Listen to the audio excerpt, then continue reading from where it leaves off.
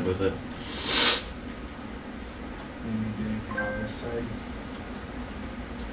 To answer, I mean, if people come up,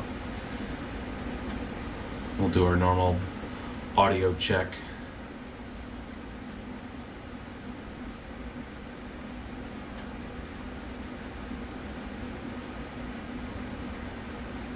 I should have went live really quick. Kill the.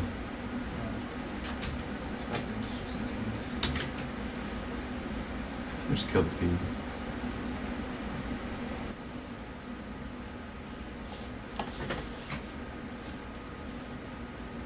Good. Oh, sorry.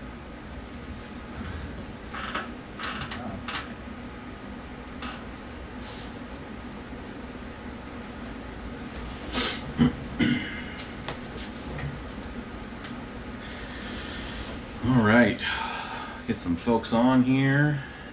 We'll get started.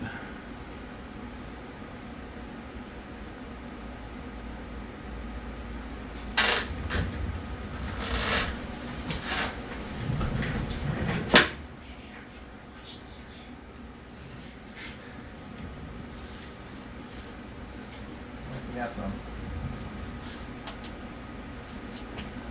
Yep. Getting a few more. And then we'll get started.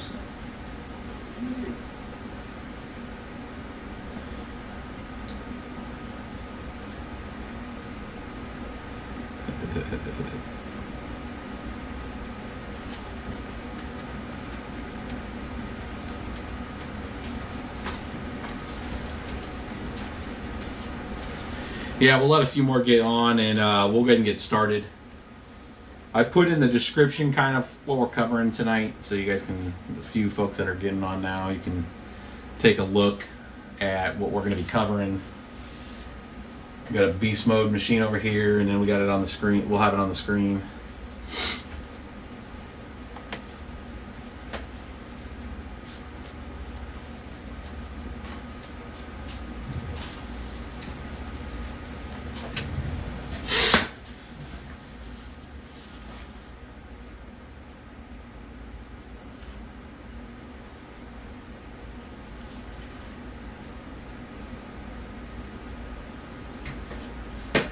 Get a few more things that we'll set up here.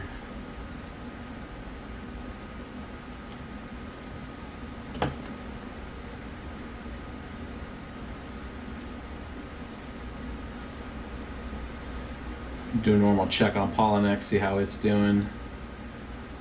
Wow, Stellar's on fire. It's been a good day for that.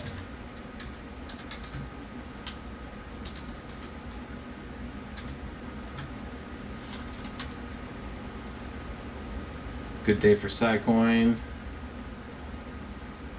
Steam, Gnosis. Look at Dogecoin, 50% up today. Dogecoin representing. It's not hard to be 50% up when you're at 85. Yeah, exactly. Well, that's 85 Satoshis. I already got a few questions. The simple mining should work with it, but you need to disable that second. You need to disable that second portion on when you're choosing Claymore. I think in the entire string it has both for ETH and for Decred, I believe, and you just nuke that part that has for Decred. I think they actually have have different options. One, like yeah, they should at the top have the just radial ETH. buttons. You click one of the radial buttons for just ETH. Yeah, you want to click one of the radio buttons for just ETH, if that's what you're trying to. That 240 should be a 4 gig, I'm hoping, because if it's a 2 gig, it's not going to work. Well, also the 270s will only run on the R image, not the RX image.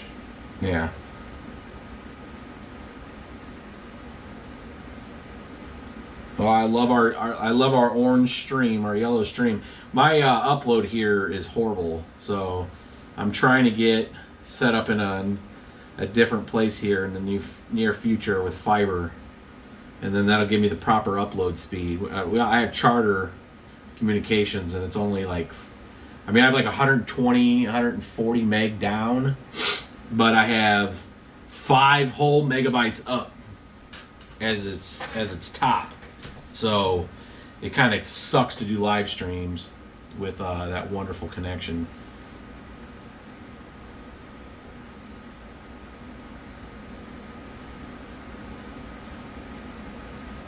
Yeah, Michael, on that, just make sure that in the command line, and maybe we'll bring that up here in a minute, or a little bit later. We got some, we're using a different source control now for our video stream, so we can do some overlays and pull up some cool graphics and stuff like that. So what we'll do is maybe we'll go to Simple Mine and kind of show you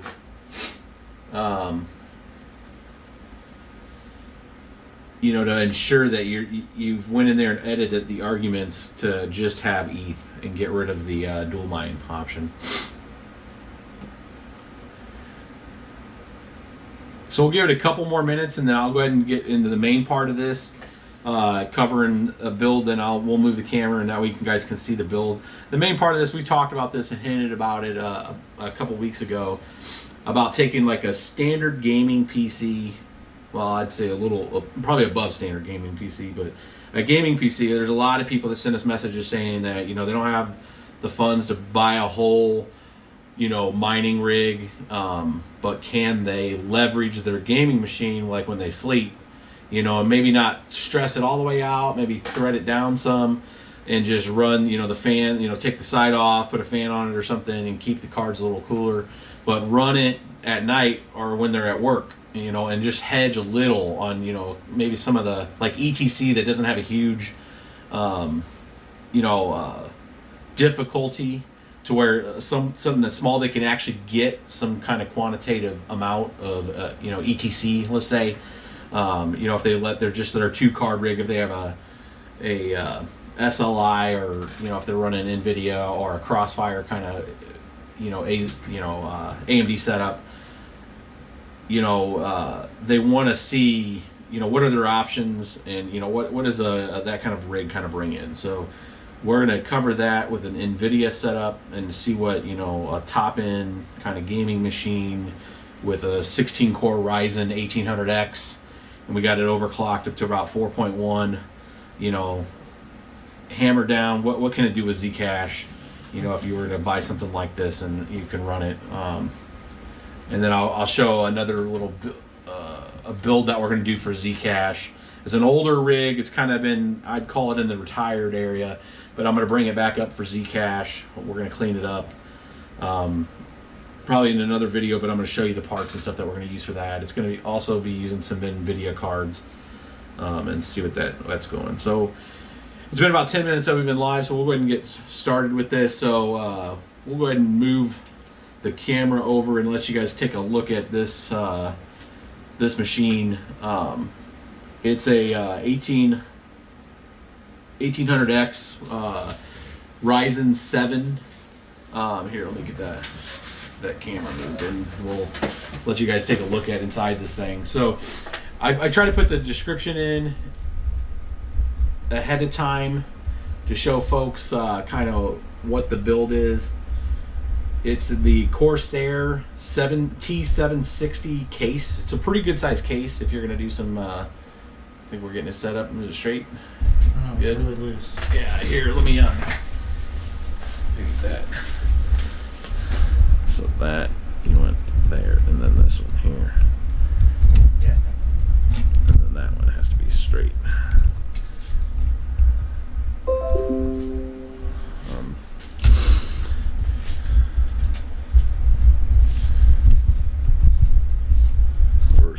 Little camera glitch here. Okay, so let's get this guy down here. New little tripod mount. get some solid set up here. Get zoomed in on this thing.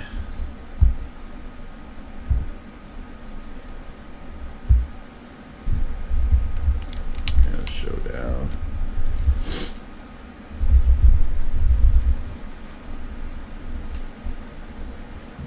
There we go. So this is the build setup. Again, a Corsair T760. It's cool, you just open that case, lift it right off. So if you're wanting to get into it, just a couple of guys there. Lets the lid come up. Kind of let you guys see inside there. The EVGA GeForce GTX classifieds. These are some, got a really nice housing and backplate. So actually one of the nicest looking cards out there when it comes to the GTX series. The H80 or the H111 or 115i water cooler. Obviously a Ryzen 7 1800X, some ballistic memory, and we actually didn't put the motherboard on there. It's the Asus Hero. I think it's the 340 motherboard. I'll pull up the box here in a second. We'll get that updated in the description. And for right now, we're just using I had a whole bunch of these when we were doing the much more higher power usage graphics cards. This was the 1600 T2 Supernova. I mean, I had a handful of these because a lot of those 390 X's rigs required the 1600 watt power supply, so we kind of pulled those as we started moving to the RX 480 series. So right now I'm using this. I'm actually probably going to put probably a P2 1000 or less, probably a P2 850. This machine doesn't use a ton of power, so this will get pulled when probably when the Vega comes out, and we'll put this in probably a big Vega rig. Do a 7 or 8 card Vega setup depending on its power usage. That's assuming that the power is going to go up with the Vegas a little bit and we need the 1600 watts.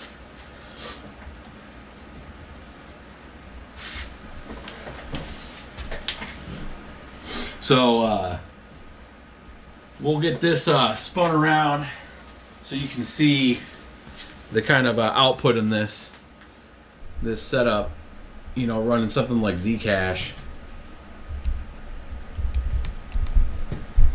Just spun around here.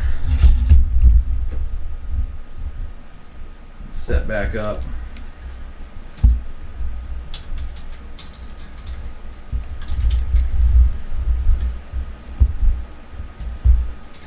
I want to make sure we get. You don't need to see my ugly mug for this.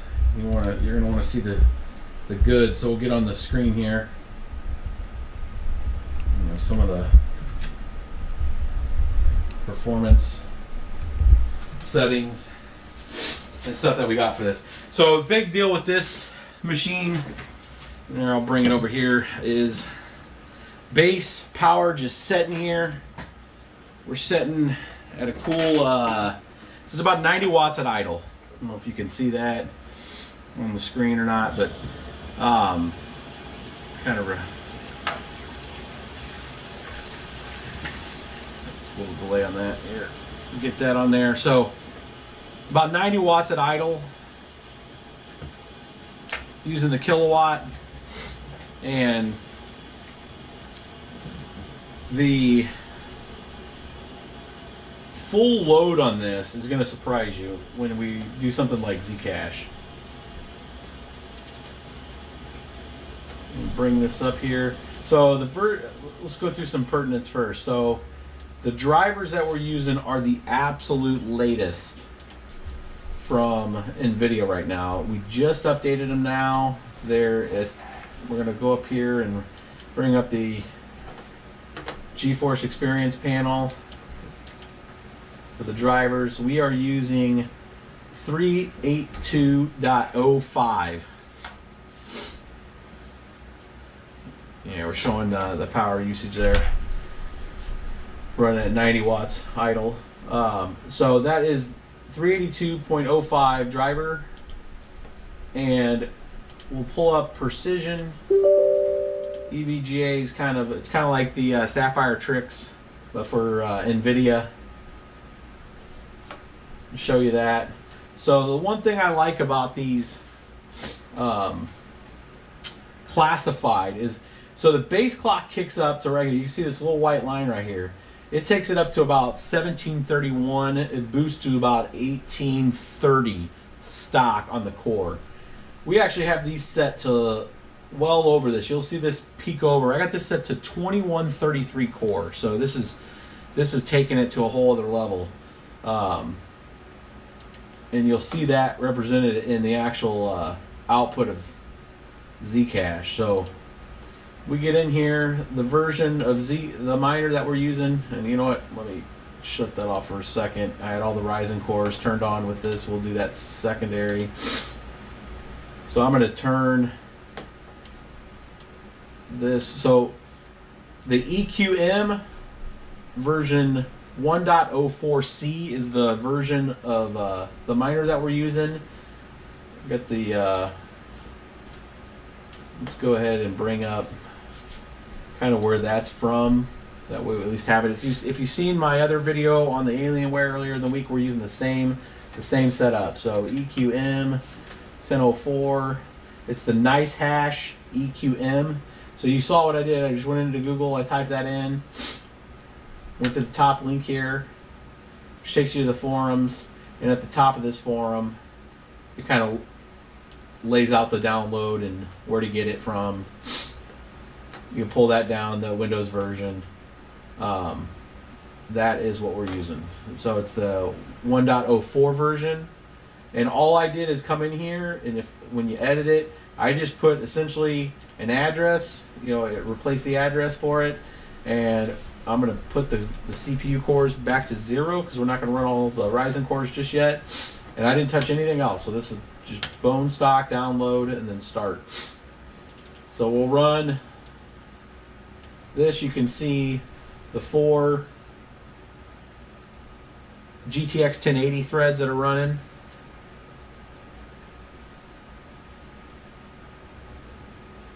And we'll let this thing go. So right out of the gate, we're at 868 souls.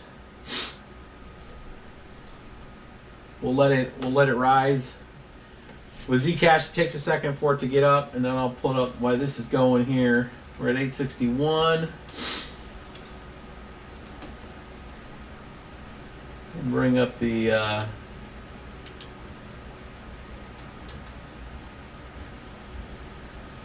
precision here.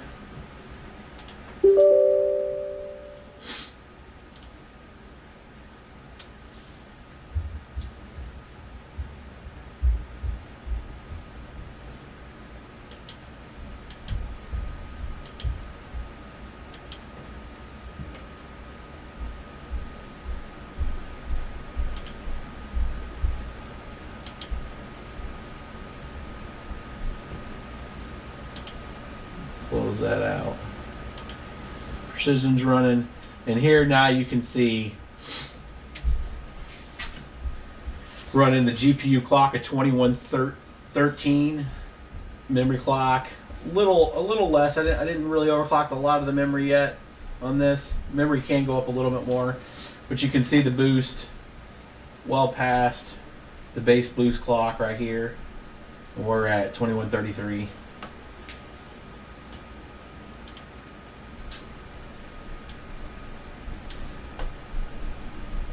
Running right around 856 souls.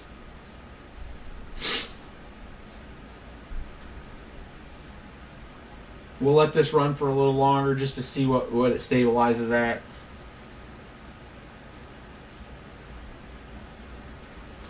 And it's holding about 54 on the GPU temps.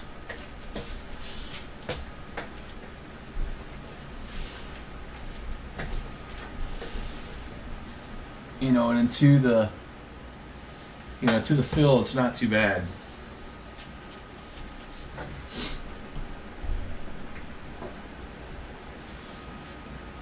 So still about 852.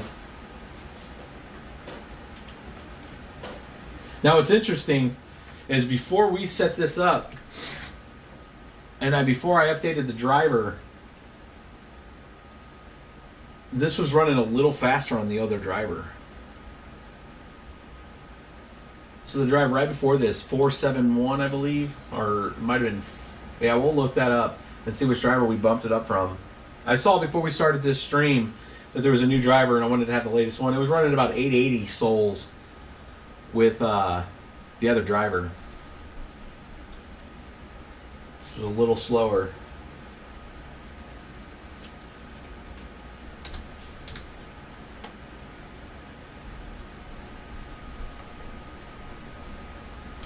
Do is shut that down. See if we can get $1.25 out of the increase on the memory. Take this to 150. I don't think this will actually hold, but we'll see.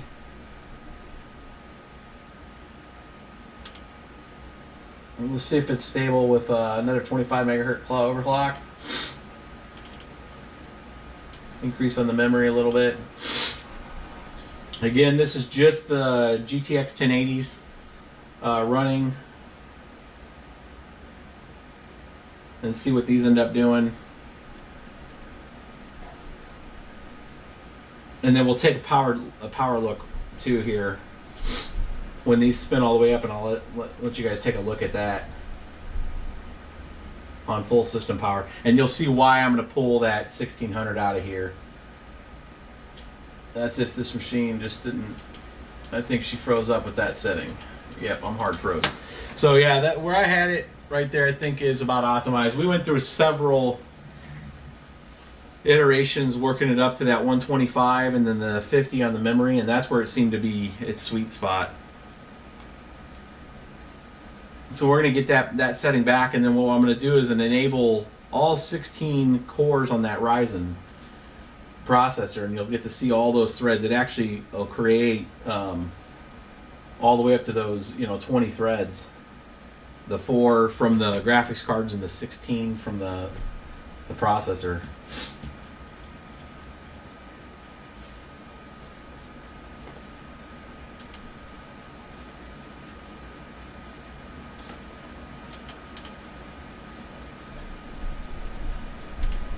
Letting those boot up here.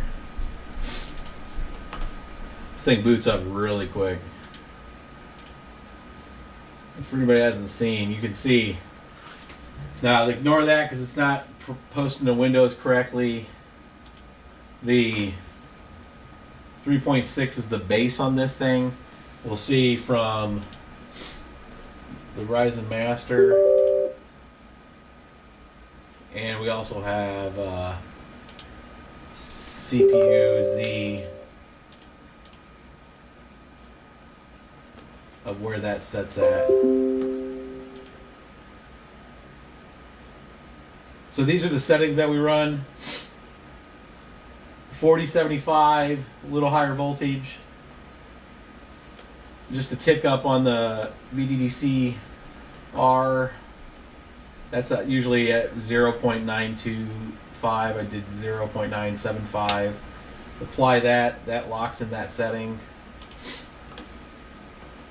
You can see it right here in CPU Z, the proper clock setting. It's effectively taking the multiplier to 40.75, keeping the bus speed the same. Now I've done some other adjustments. You can take the actual front, you take your core clock down to 38 times, and then you can take your bus speed up to about 118, get a little over 4.1, and it's semi-stable, but I've had it crash in a few games, and that's just not good enough, so I pulled it down from there. It was cool for Cinebench testing because it was much faster than a lot of what everybody else you see overclocking these go to. On the Cinebench, it's close to 1800, which is very high. But again, who cares if it does Cinebench if it can't play games and stuff? So come back in here. We're going to set our precision back to the right settings.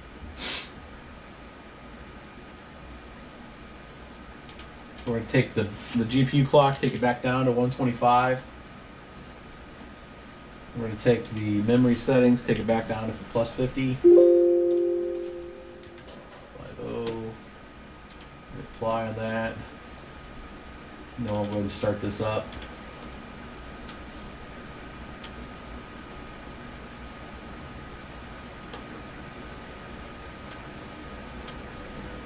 We'll take a look, make sure it's just stable at the right soles, and then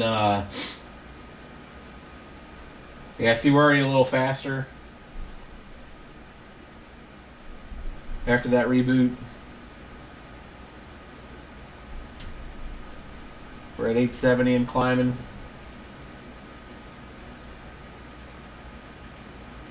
$872. Come on, 880.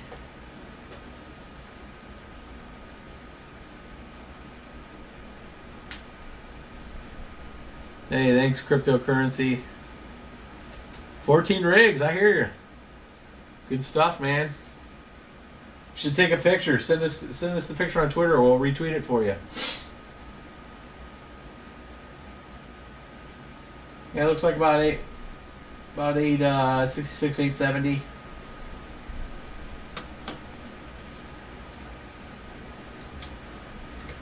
Yeah, you can do that.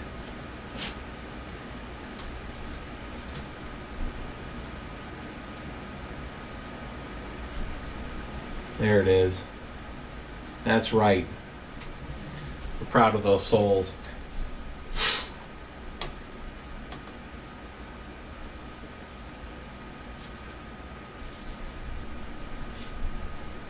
So from a gaming perspective, it's not too bad. I mean, what we can do is, if you go out there and you look up on a Zcash calculator, you can actually figure out, how much you're going to earn if you do the math on it's going to do the math on you for 24 hours a day, 7 days a week. But just, you can kind of figure out what you can earn on, your gaming machine if you have a couple of these 1080s. Now, it doesn't really matter, honestly, on the 1080s that we have here, because that's pretty close to the same 1080 speeds that you're going to get. So if you had a reference, Founders Edition, I mean, it might pull just in, right at 400 each card, 405, somewhere around there. So you'd be looking at like 810. So I mean, you're talking 50 point delta right now is what we're running with these, with the more higher overclock things. So you can see that it is as fast as like a Founders Edition to this one running at almost 500 megahertz faster than the standard stock. You'd see a significant increase in gaming performance. Maybe 10, 12 frames per second change. But in mining, it's not that big of a stretch.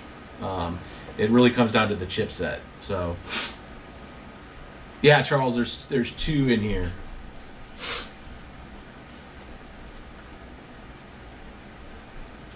And let's check the power check real quick. What is that? So we'll get it high enough to where you can see. You should be able to see power check. It's about 445. So 445 watts. I don't know if you can really see that there.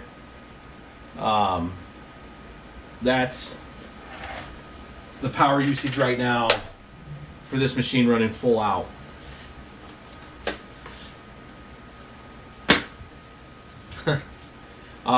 Memory clock settings. Right now, we're only going plus 50 on top of the base offset. You can see the memory clock right here.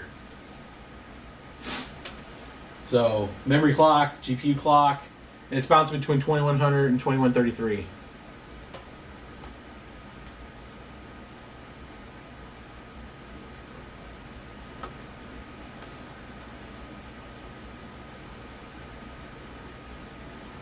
So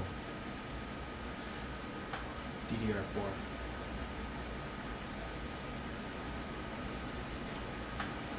we will run this now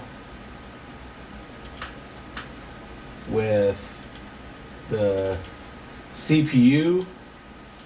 So all I'm doing is going into the actual miner software, and I'm coming in here And where it says number of CPU threads, it says 0. We're going to bump that up to 16 because this processor's got 16 threads on it.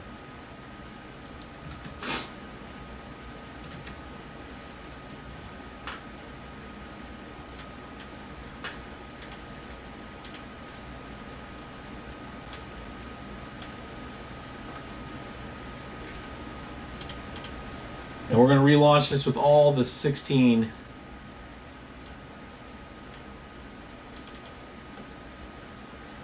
You can see that spread. Now, we don't have the allocated page unlocks. There is you can go into your group policy editor and make some adjustments to fix that to where it'll unlock the pages for that. But right out of the gate, you can see with the Ryzen, we're at 916 souls now, so that bumped it up a bit. We'll let it spin up.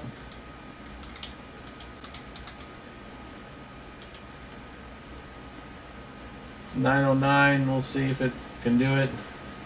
Now, this is putting a lot of stress on the machine because I went and allocated every core the machine has to this. This is kind of throwing the kitchen sink at this right now. So we're a little over 900 souls. With the Ryzen, we can take a look at Task Manager. Now with having, yeah, you can see 100% utilization right now and all 16 cores. Now, the one thing I found about Ryzen, if you're running, even if you're running water cooling on this right now, this thing is going to blaze hot and it'll probably actually thermal shut down on me. Just because when you tax all those threads at 100% like that, on Zcash, I'd recommend just doing out of the 16, do about 14 threads if you're going to do that. That way you're not taking the processor all the way to the top. It's actually holding up pretty good right now, but the temps on this will get well into the 80 Celsius even with the water cooling when you're running something like Zcash. So yeah, we're holding right around 900 souls with it. Pretty sustained. It looks like it's actually thermal throttling because right out of the gate it was about 910. It's about 902 right now, so it looks like it throttled some.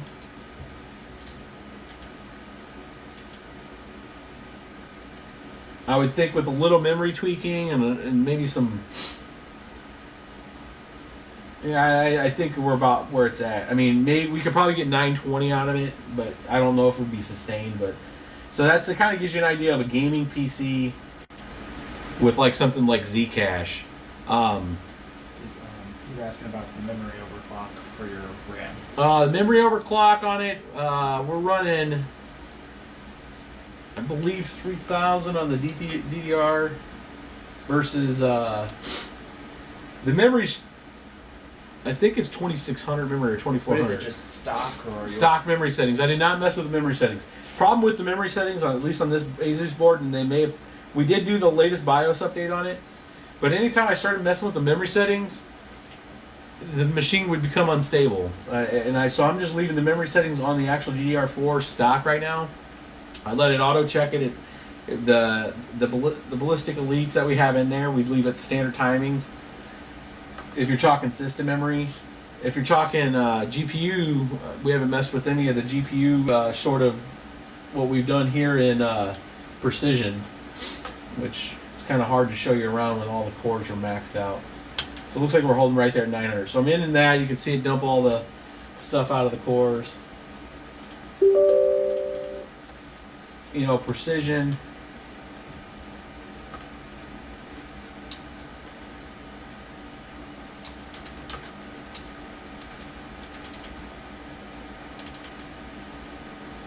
Oops. Take that off. Precision under a full load is just 50 plus 50 megahertz on the memory from the base stock of those EVGA classifieds. Did not take them up much more than that.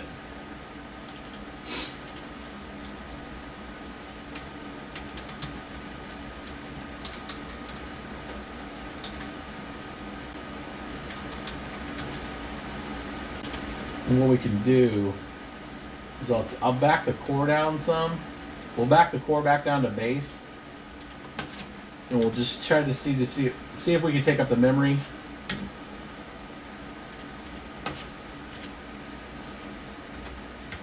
(200 megahertz). Applied that. Let's see if we can hold the memory up. Now again, I dropped the core back down to the base stock, so it should be 1830. And we'll try that with a 200 increase on the memory.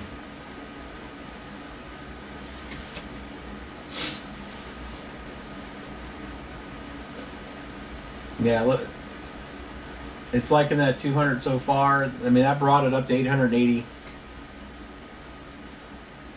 870 souls. So I mean, it was a 20 soul increase by bumping the memory by 200 megahertz.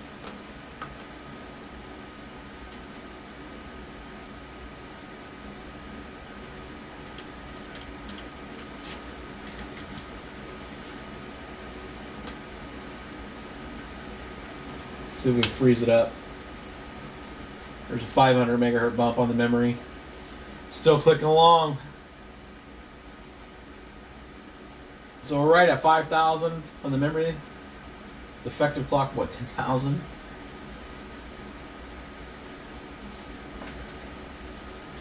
See if that really increased it much. It did. It bumped it to almost 900 souls.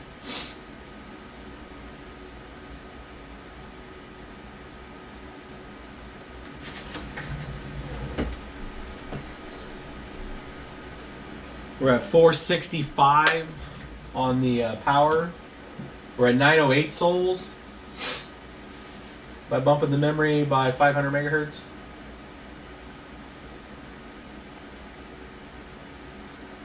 $917, still increasing. GPU memory temps are still holding at 58.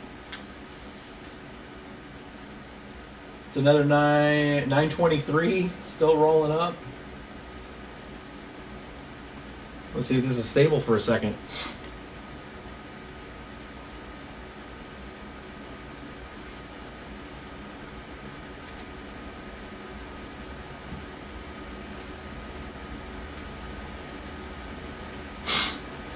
Reading some of your guys' comments while we're almost 930 souls. 934, still climbing.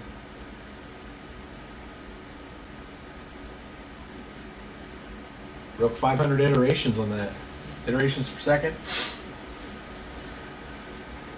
939.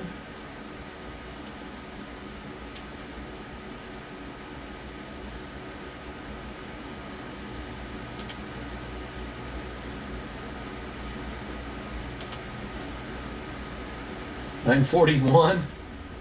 940. That's right. Kick it up there. 940. Can we get 1,000 out of this? Can we actually get 500 souls out of 2 cards? Or 500 each at 1,000 souls? Oh, we'll see.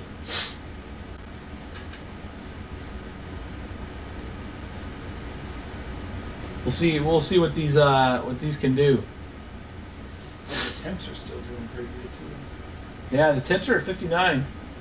945. It looks like it's kind of settling off. Let's throw 16 cores on it. You know, we'll do 15 threads. That way I can at least have one CPU to do stuff with. Yeah, but then are the graphics cards really getting you over the 1,000? Yeah, that's cheating. I know. I want to see if I could do it without can we break 1,000 souls first, and then if we can, then we'll back the processor off, and then we'll see if we can get, you know, one gaming machine with 1,000 souls on Zcash, using pretty much, you know, close to the best of the best stuff out there.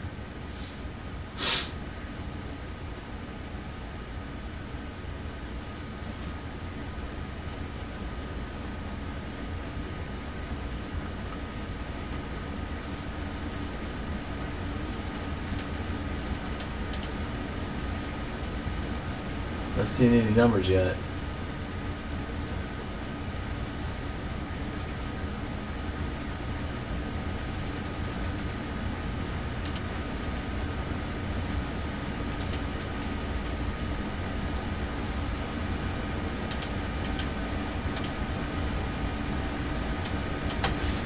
We're gonna get all 16. Why not?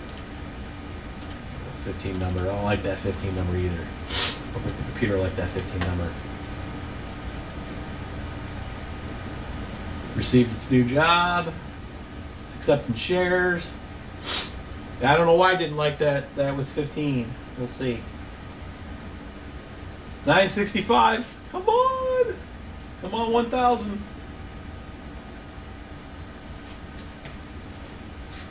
I don't know. What do you think, guys, the over-under on this is? You think it'll break 1,000? One gaming PC? Oh, I got a second to 1,965.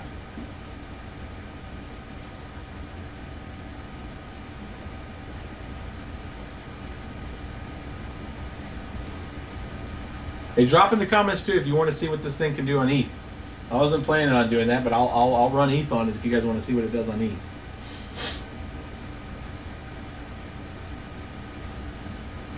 $971.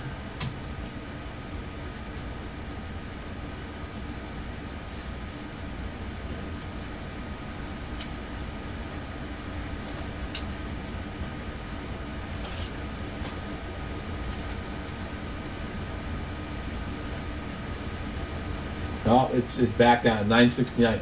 So running all the core processors didn't really do much. Just goes to show you that CPU mining kind of sucks.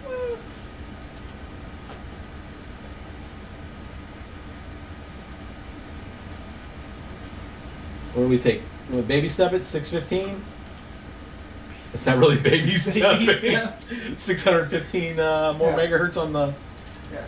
Come on, EVGA. What did you make here? What did you make? What kind of machine did you make here on these graphics cards? All right, can it handle a 615 megahertz increase? Baby step it from 500 to 615. It's holding it. It's not crashing. You know what it does not like? It's 951. We'll let this run for a second. GPU overclocking. Or core, or CPU. Yeah, the core clocking. It crashed last time. Overclocked the cores. Yeah, the cores is it will crash if you put a lot on the core.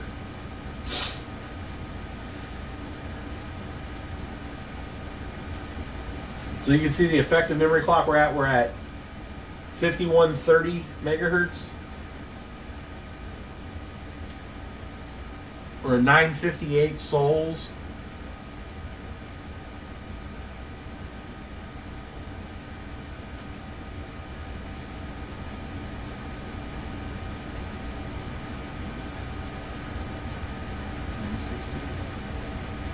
I'm reading your comments right now. On the last live show on the 580s, what final settings did you guys use on EthOS? What rate do you guys in? So yeah, we those are running right there at that mid 27.5.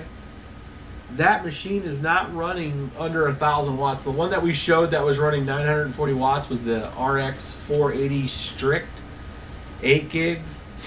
And that was just running timings, and we had went in and modified the actual power usage of those. I think we put did we put that BIOS out there? I think I have it in the description. But on the RX 480s, we adjusted the power settings and the timings on that, and just left that the same. We did not increase the memory clocks on those, and it's running around 27 and a half at 940 watts for 6 cards. On the 580s, we were right around almost 1200 watts after adjusting the timing. So it was like, I think the 580s were like 1365 on power out of the box, nothing touched. They were right at 1,300 watts, a little over 1,300 watts. So we dropped them by like 150 watts by doing the timing. We did decrease some of the voltage on them, but I think they kept crashing. That's a good question though about bringing that back. Yeah, it looks like we're at 961, 962 souls on this. I'm gonna try to bring it up just a little more. What's the chances of me doing this while it's hot? How about 715?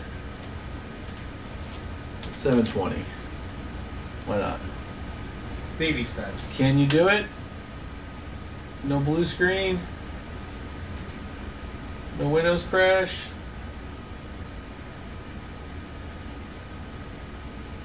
Oh, it's acting weird.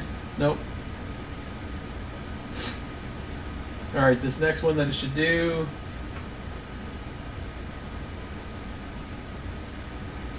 You know what I should download and make sure I'm not getting all kinds of memories is GPU-Z, and then take a look and see if it's just memory erroring like crazy. 967.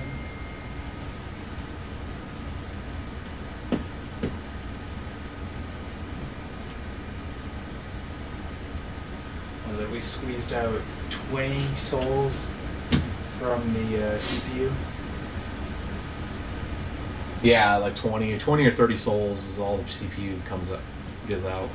So I say if we can get this up to 980, then I think we turn those CPUs back on and see if we can just touch 1,000. Oh, this train doesn't stop until that slider hits the end. And if it's stable with the memory all the way over, this is where we're gonna stop it. Come on, EVGA. Still going up. Angst. Just bought a VaporX R9 280X. Oh, bringing back some past. So yeah, so the old VaporXs, those were good for a core clock. If you modify that and put those at 1125, and you take the memory to 1400 on the VaporXs,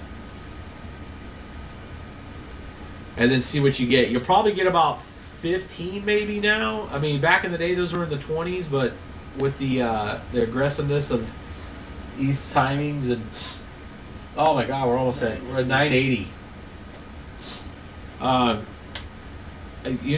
I wish I had. I don't have any 280Xs here. I don't think anymore. I will find some 280Xs, and we'll do a small little shout back to what does that hardware do these days. I might still have the access to the toxic rig that actually went to somebody else. That our R9 toxic rig that I think was like legendary, and see what that does. This thing is almost breaking 990, man. 987. We might actually have a 1,000 soul 2-card gaming rig that's under 500 watts. 989. I don't know. We'll have to do some checking. I don't know if that's I don't think it's a record anywhere, but.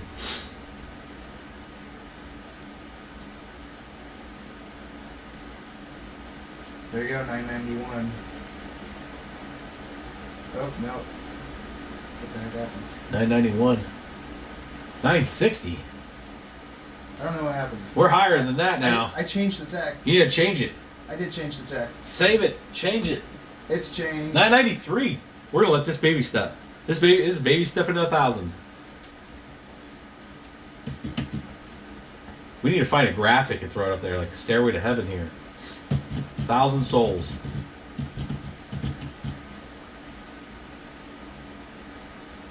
$9.95. It's like every cycle it's getting a little more. Love the stream.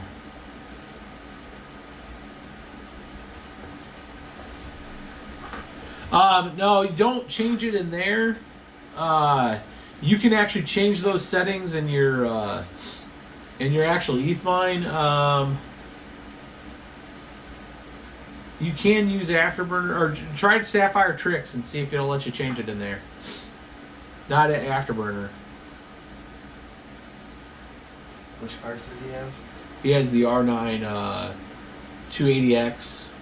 So it's a 280. Are they sapphire cards? No, it's a Vapor. Yeah, it's Sapphire Vapor. Yeah. It's a Vapor. It should be a Vapor X. It's a blue. It has like a blue. We had one like in. Oh my God. It's almost there. 999.293. 1,000. We hit it right there. 1,000 souls. 1,000 souls gaming This rig. needs a couple of exclamation points. I ran off the page. It's staying at 1,000. It's 2 in a row. No period. 940 iterations, 1,000 souls. 2 cards. 2. Yeah, it's literally right there at 1,000. I don't know if it can log anything.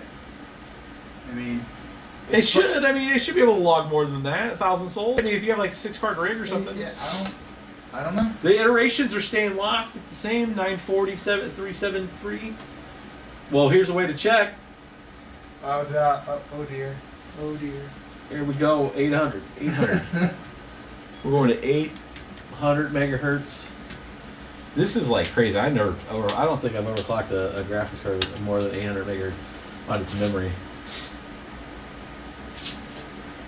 I don't think there's gonna be smoke coming off these. I mean, actually, the GPU clocks are the temps are at 61. That's nothing. These things are super efficient. I wonder what power it is right now. 475. We're at 475 watts. 475. That's not bad. No, you might be right. This thing might not. Oh no, it hasn't changed. The iterations are the same. We're at 1,000 souls. I think it's running. I mean, I'm telling it 800, but that memory clock didn't go up that much more.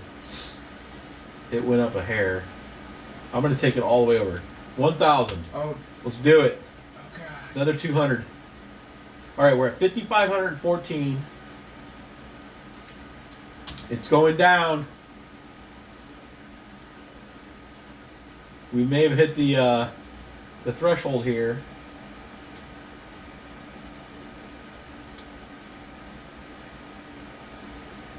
Nope. 1,004. Oh, we broke 1,000. We just had to nudge it to go past 1,000. So yes, as you can see, the slider for the EVGA precision tool is all the way over. We're at 1,006 souls and climbing. These cards are amazing.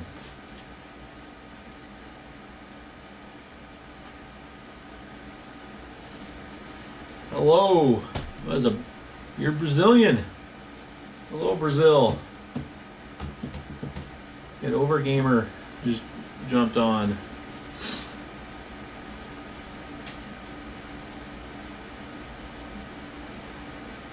Let's see how long it'll take before it thermal shuts down. You know, actually, I don't think it's going to thermal shut down. It's at 62 Celsius. It's not climbing.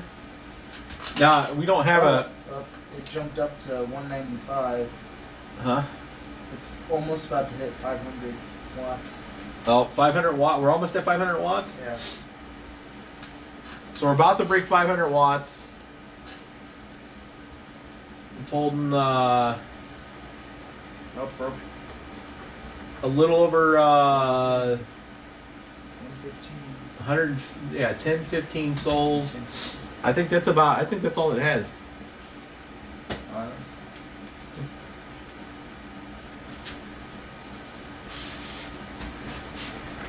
It's still going up. They're warm.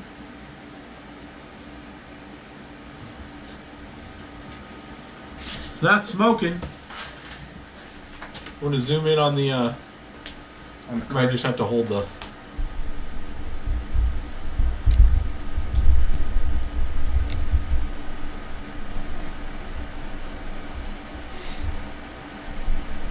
Unzoom.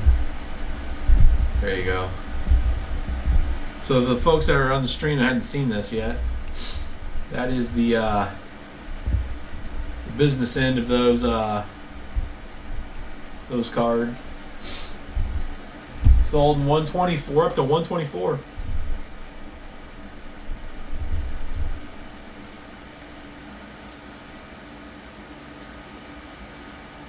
it is rocking.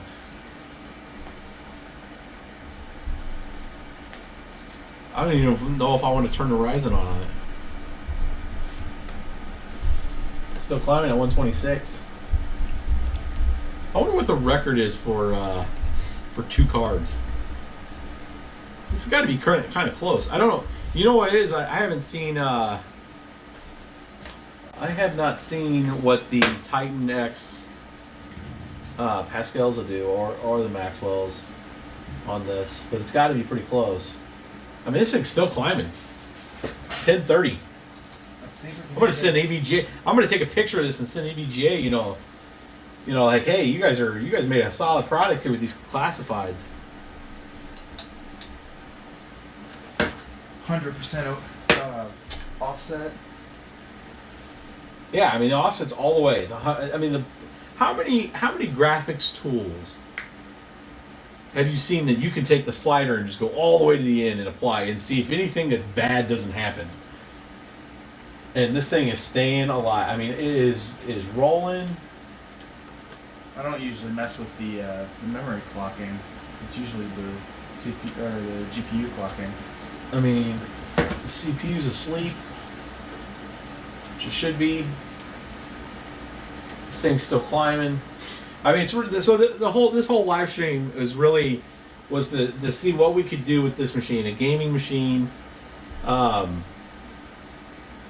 Obviously, I would not recommend taking your memory offset like this, slamming it over to the far right, and just letting her roll. We're testing this just purely for, it's kind of one of those things like you see on a lot of other shows, like don't try this at home type of stuff. This was really just to see what we could get out of those, high-end classified GeForce GTX 1080s. These are not even the TIs. I can't imagine what their TIs would do. I mean, actually thinking about it, the TI, all it's giving you is it's giving you a lot more core clock. Those are a lot higher core clocks. I've noticed that the core clock has gone down. Yeah, it's not. The core clock is only. I mean, that's a little higher. So I mean, these things bone stock are only supposed to do like 1830, and this thing's doing a little higher than that. But the core clock makes this card unstable if you go over like 2133. That's its max. There we go. We hit 1050. So 1050. I'm impressed. It's good stuff. I think it's still got a little bit more in it. 1051. So while that's nice and fun, we'll let that continue to run. And I'm going to kind of show you guys kind of what's coming up in store. From a rebuild standpoint, and what we're going to do here in a coming episode. We're going to take this wonderful little box, and some of you that's been following the channel for a while, this was a special case that we did for some small little guys, some 750 Ti's, nVidias, when these were the popular thing to start mining with. And this rig here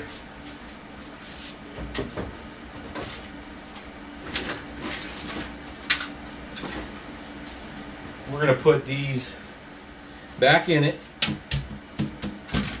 These are a whole bunch of 750 Ti super clocks, and I don't remember if these were the 4 gigs or the 2 gigs. I'll have to look and see.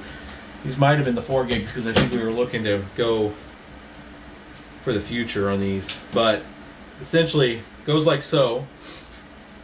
No reason to do a brace underneath this case. They're using essentially the front here to hold them, and these things are staggered. And in one of our older videos, you'll see where we did we covered this rig, and this was really at a time when mining in general was, especially with script, Dogecoin, that kind of thing, when it was hot, we were using these. And the big thing with that was you had the R9 like 280s that we were just some folks were just talking about, and the 290s were the go-to cards, but they used a ton of power. The big thing about this is on script type of coins, these hardly used any power at all. Like this whole rig was like less than 500 watts of power. I think it was like we had it on like a 400 watt power supply actually, and showed that it could hold it up. It was like 300 and some change, and you put 6 of these little guys in there. You got a rig that's sub 400, right at 400 watts of power, and they did pretty well for what they were. And these were pretty cheap cards at the time too, and they're really now. But we're gonna put this together. There's a 6-1 laying around here somewhere, and we're gonna do a Zcash rig with this, and kind of rebirth this guy, and show kind of people how we built it. And a lot of people are buying prefab cases now. We kind of were doing cases before people really got into making a lot of prefab ones, but just a kind of a different design, something to have them kind of staggered, kind of like a V shape, kind of cool. But I think I'm gonna pull this. This is when we actually still put spindle drives on these things. We're gonna rebirth this case with that.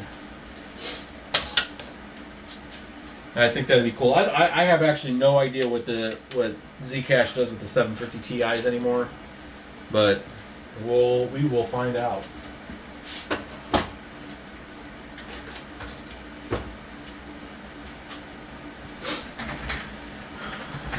We're gonna let this sit here and run. Looks like it's kind of topped out at. Yeah, topped out at 1050 and started heading back down a little bit. Yeah, so 1050. Oh, artifacts! I went to shut it down. It didn't like it. It wanted to keep running. It did not want to post the.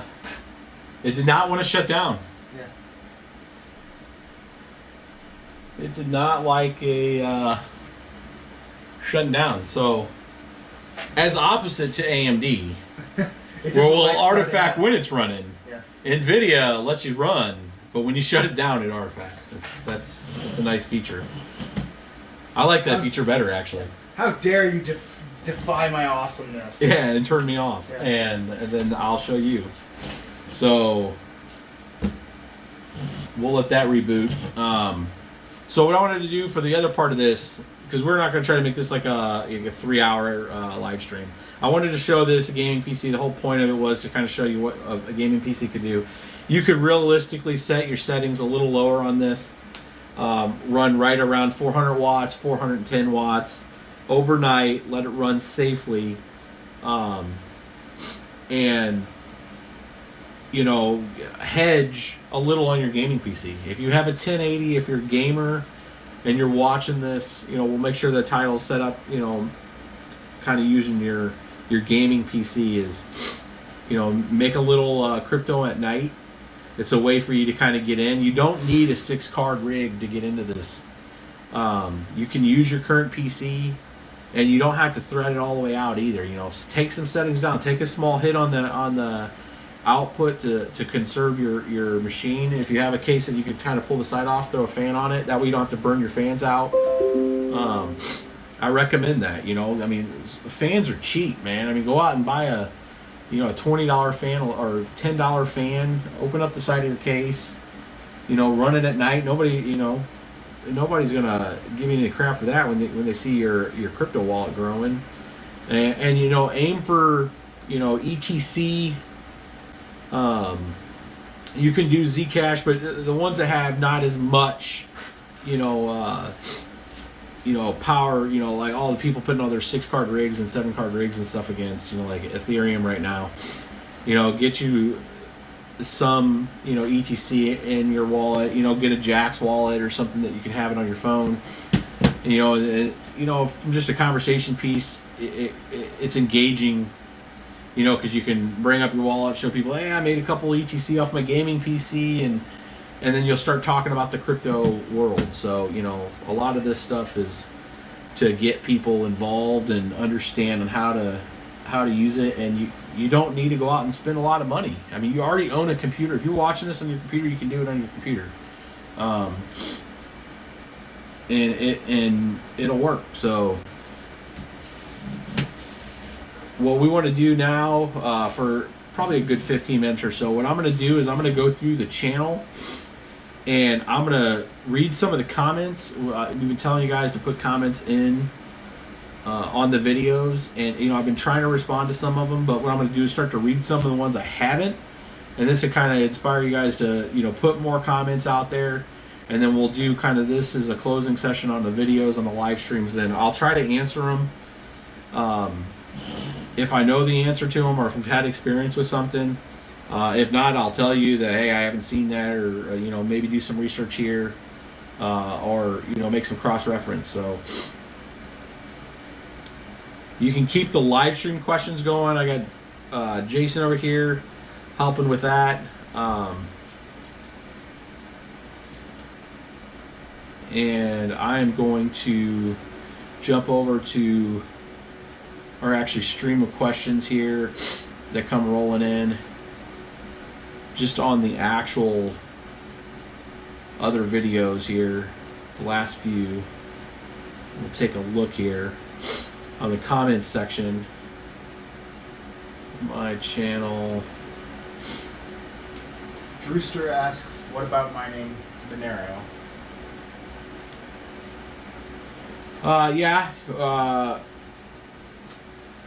You can. Yeah, you can absolutely mine Monero. You know, we haven't done a video on that. We probably should.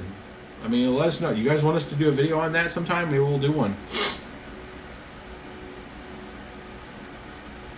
Let's look here. Comments. List them from the top comments. Let's do newest first.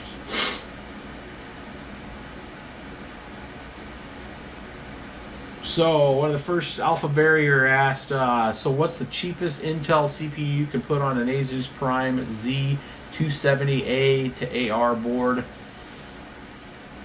Looks like would a Celeron work? Yes, a Celeron would work. You really don't need a lot of CPU power at all on any of these computers. The kind of go-to one that most people go with, at least the ones that from the 11, this is an 1151 socket set as opposed to a lot of the other boards which are 1150. So the 1150 is the Kaby Lake G4560. It's a Pentium dual core. That's usually about $69. You can get it for about I think 51 or so at Micro Center if you have a Micro Center around you. From a Celeron level, I'll get the exact code. There's a 3930 for $45. Yeah, let's get. Which one? There's a G3930 7th gen for $45. Yeah, let's move the camera over here and I can bring it up over here.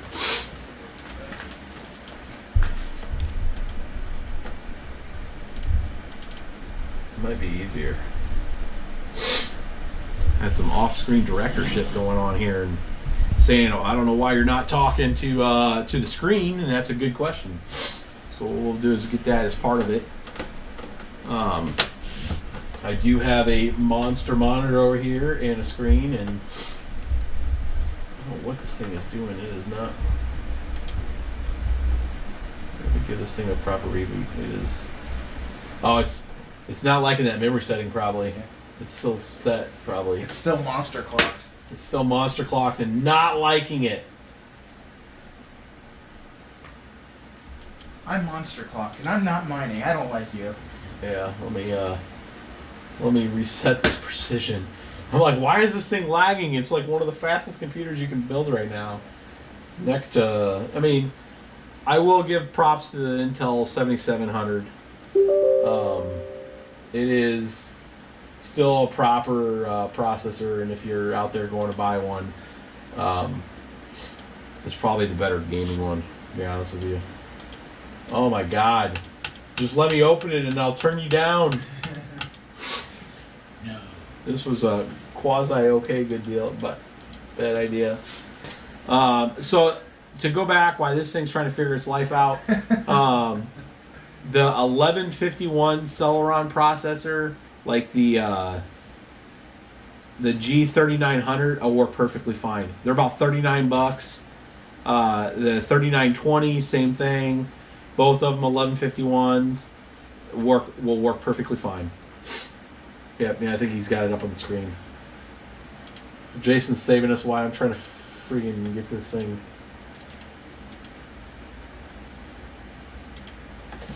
All right, I'm gonna let you reboot and figure your life out. We'll let Jason throw up any of the ones that, any other questions. So let me bring back some other question here. And you can check the live stream, make sure they're not asking other questions on there too, because I'll pay attention to them before I pay attention to the stuff that's out there.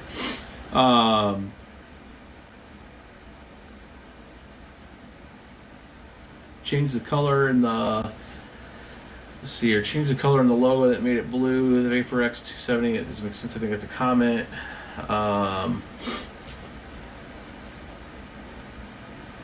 Let's come up and bring up, You ready for let's back up here.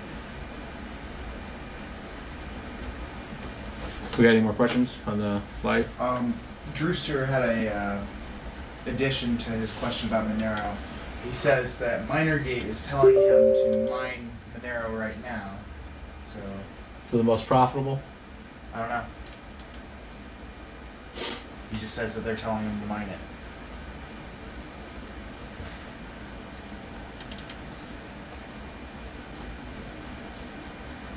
MinerGate is, huh?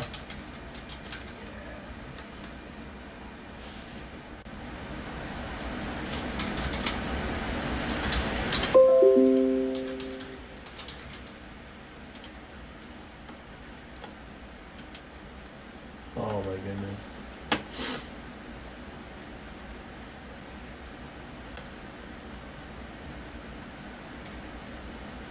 This thing's still not letting me change that offset. We'll have to probably reset that. So from a profitability standpoint, if you're trying to switch, you know, and you're using a mining software that's going to do that, then it's running an algorithm in the background that's trying to figure out how best to leverage your resources to give you the best output. And if Monero is it right now, I mean, that might be what it is at this point in time. Huh. Looks like MinerGate is both a miner and a pool. Yeah, I mean, it's like some of the older switching pools that were like that, like Waffle Pool was that way. You could you could set it to adjust on the most optimal coin at the time, and it would pay you out in BTC. There was a little bit of double taxation going on there, and I mean, like, we probably should have did a video back in the day, but at the time it was just paying out people. And at that time, crypto's changed a lot since then, because I mean, at the time it was just like all these altcoins were just popping off, and there wasn't any real true benefit short of just another currency. There wasn't, like, Ethereum's on a whole other level. It's an API, there's a platform. You're getting a lot of the real true feature sets coming in. The new coins are just not coins. They have a purpose. It's not just a store of value like Bitcoin being the main app for the blockchain for Bitcoin. You know, these things have actual purpose. They do a function, you know, library credits for the library front end tool that lets you post videos. I mean, and you pay for content distribution, all that kind of stuff is big for oh my god, this is just, so this is the payback the machine has given me for stressing it as hard as I did, is that now it's not letting the precision tool to come up, but it's taken the precision settings because it was set to auto start with those settings. I'm gonna have to go into the startup and disable that precision from starting up. Is what's going to have to happen, because this is making the machine super unstable. I'm done with you. So let's go back and answer some questions here. So Valve came back and said $500 for a case. This was on the RX 580 live stream. Yes, the $500. Or no, this was on the latest one that I did covering the gray matter case. $500 for a case. Are you effing kidding me? I would recommend a Roswell L4500. It works pretty well. However, the GPU temperatures are a little hotter. I have not seen the Roswell L4500. I'll have to look that up. Yeah, that case is expensive, and I don't know why. I can see it being probably $200 or $300. I mean, there's some work that went into that. There's some probably R&D costs they're trying to get out of it. And again, it is just bending metal and making it look cool. But a couple $100. It does have risers included in it. So let's say they're lined up, everything's right. You might. So that's $50 is probably the cost there. There's some fans in there, and then they're $20. So you probably have $100 in just stuff, and then you have metal. So if they're making a couple $100 in their metal, but that extra $200, that's just cheddar. I mean, they got to be making some good money on that. I agree. I think that case, I mean, from a pricing standpoint, that'd be competitive. Should be probably $300, like $299. You probably sell them off the shelf. Because if you look at the time invested in building your own rig and all that kind of stuff, unless you get like a cart and just hang them from the thing, which, hey, no disrespect, anybody wants to do that. That's fine too. But from a presentation standpoint, for putting them in a server and putting them in a rack, that case is pretty cool. I'm looking at the Roswell L4500 right now on Newegg. It's about $110, but it doesn't look like it's designed for 6 graphics cards to be put in there. I mean, it's got a bunch of drive bays and everything, but I mean, it doesn't look like it's dedicated for mining. This is driving me nuts. I'm just shutting it off because I keep wanting to touch it. I'm gonna have to adjust the startup turn off precision and fix it that way. I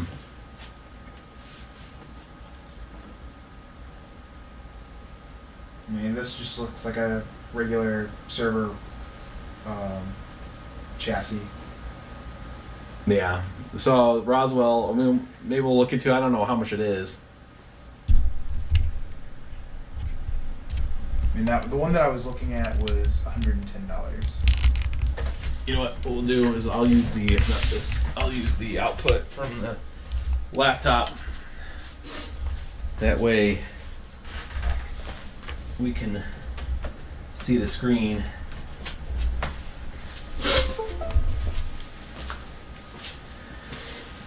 And that way you guys can see what I'm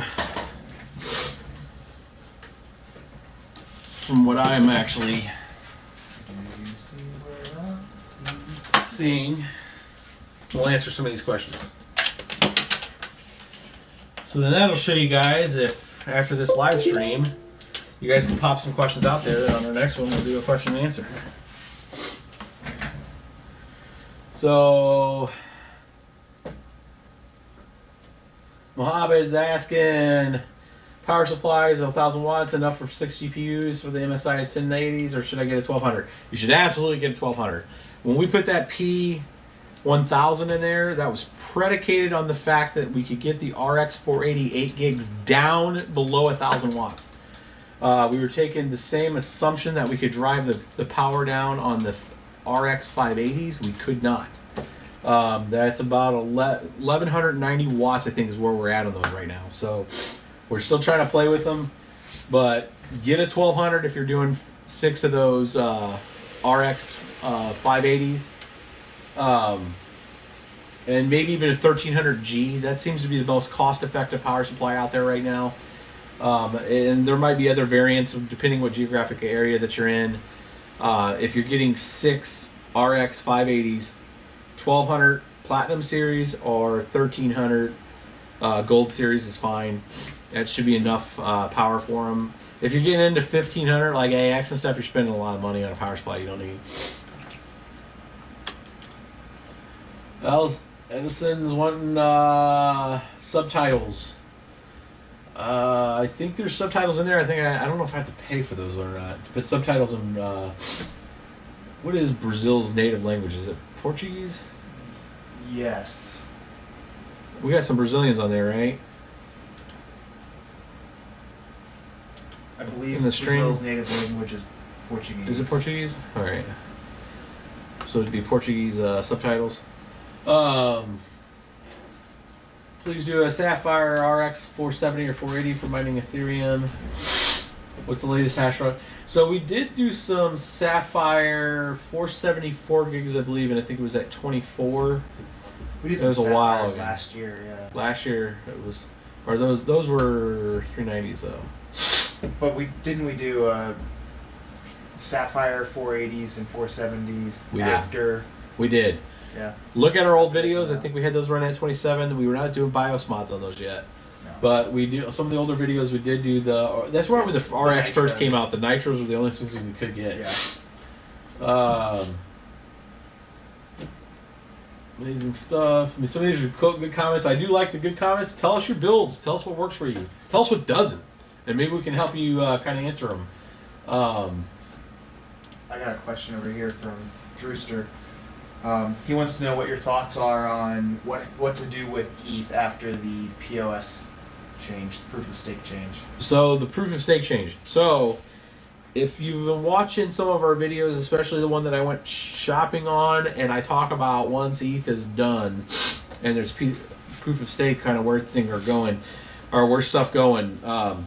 So Volta came out and said that before they go to proof of stake, they're going to go with a hybrid first. So kind of think it like Dash. And I don't know if they're going to separate the share the same way Dash is, where Dash is like a 40%, 40%, 20% or something like that. Or 45, 45, 10. I believe what I was looking at is like to start off, they're going to do one block out of every 100 is going to be proof of stake. One block out of every 100. Yeah. So it's going to be more or less just validating all of the other blocks that have gone through. Like, just. It comes down to the market share and on the lion's share. So in that kind of standpoint, 1 out of 100 would be 1% proof of stake. So if that's the miner share, then owning 1,000 Ethereum and having it in a node, you're not getting paid a lot to hold your Ethereum. Mm-hmm. Like where Dash is 45, and 10 or something like that. They have some kind of market share to where it's a split thing, and so for it to be profitable for you to do that, the price has to adjust. If they go proof of stake, it's going to be a hybrid. I cannot imagine them just flash to bang one release going straight over to proof of stake. So if they go, there would be mass panic in the streets. I just can't. Yeah, mass panic in the street. It doesn't make from just a notional update from having from just a software delivery standpoint. I mean, coming from a software background, you just wouldn't do a big update like that. You'd separate it because you're disenfranchising a whole group that's upheld your network. So splitting it to a proof of stake and a half hybrid means that you'll still get nothing changes in your world if you're mining. You just continue to mine. It's just the payments work a little differently to where you're going to get a less of an amount, but price should adjust accordingly. Otherwise not a lot of people are going to mine it. It did for Dash. I mean, Dash went through the friggin' roof. And kind of everybody's getting their kind of market share. But unless you're double dipping where you have a proof of stake node and you have mining, is the only way you kind of you double down. You get them both. You have 1,000 ETH, you throw it into a master node, or if that's what they're going to have it as 1,000, I'm assuming at 1,000. And then you have your whole mining farm. You're kind of getting, if the price doubles because it's offset in the 40 or 50-50 split, it keeps the mining relative to the same pricing that it's getting, margin that it's getting, and then the proof of stake has a reason to have 1,000 coins into a master node. Everybody's happy. Then you get to kind of double down. But I wouldn't fear there's going to be graphics. There was a lot of this kind of stuff when Script started getting ASICs in. If you look some of our old videos back from like May of 14, I talk about that where. The ASIC was going to kill it. GPU mining was dead. And what you see is these coins that take advantage of the decentralization nature of GPU mining. That everybody that has a computer, that has a graphics card in it that's remotely decent, can partake in the consensus side of the network. There will be coins that will forever still use that, and from the effort that people... that put to that, at least for the near time future. I mean, who knows? I mean, and if computing technology expands exponentially and we get into quantum or something in the next 10 years or something, it could change mining. But from a short-term, quasi long-term game, I look at long time in this industry is 5 years. You know, which would be the life cycle of a few series of graphics cards. I think you're going to be in good shape with your GPU mining. It'll the effort to shift to something, if that's Monero, if that's one of the alt currencies that ETH has, you know, something, you know, that somebody forks Ethereum and then makes something cool and just doesn't make it go proof of stake, keeps it proof of work. Somebody's going to look for that effort.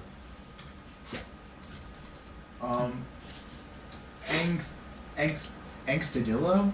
Dilio? I don't know. He's looking to get into mining, and he's actually taking back parts from a gaming rig to buy parts for a mining rig. He's got a motherboard, CPU, and bought a 750 watt G2 Supernova. What's the next logical step?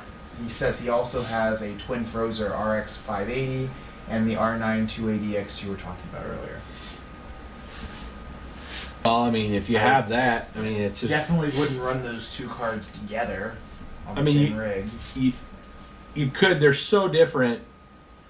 Most of the mining would work if you're using Windows. It might go crazy. Yeah. Excuse me. The drivers would have a problem, even on Linux, because on Linux those are two completely different drivers. Yeah, I mean, you what I'd say is the R9 280X Together is not is unless your power is a good deal, you're using a ton of power. That card by itself, fully loaded, is like 300 watts. I mean, it's like 150 more to 200 more watts of usage than a 480. Yeah. I'd say either get another 580 or look for open box deals at your local store for like the 4 gig models of like the 480s. You can find them for like $150. And with a 750 G2, you'd probably get like 4 or 5 cards. You could get 4. You could absolutely get 4 cards with that 750. You could get 4 cards on 4 it. 580s. Yeah.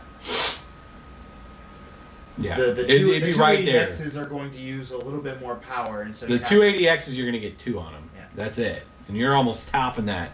So you can get twice the cards if you're getting 480s on that. Plus, each card for the 580s is like almost twice as much hash as the 280s. Correct. Yeah, the 280s, because of the difficulty in ETH, I mean, it's just those used to do like 20, Actually, now maybe they're not like twice, 13. but like, Well, I mean, on a it's 480, more. on a 480, you're going to get close to 27, yeah. or 27, 20 to 30, and on a 280, you're getting 12 to 15. 24 So minimum. You're double. It's half the power, twice the output, and it's actually not that expensive of a cost. Yeah. I mean, just stick with the newer cards. stick with the newer cards for sure. Like, take that 280 and like sell it to somebody back on Craigslist. We have another one. Let's look here. I'm looking through here. Almost 400 souls on a TI. Another channel. These are just pretty much comments. Somebody made a comment when I did that video because I was in a hotel room and they were thinking about bringing a mining rig in there and using the free hotel power. I don't know if those are 15 amps connections in that hotel usually. Yeah, I mean, I would think they would know. And plus, you're going to heat that hotel room. I guess you could take the air conditioning down, but yeah, I would not recommend anybody taking a mining rig into a hotel room.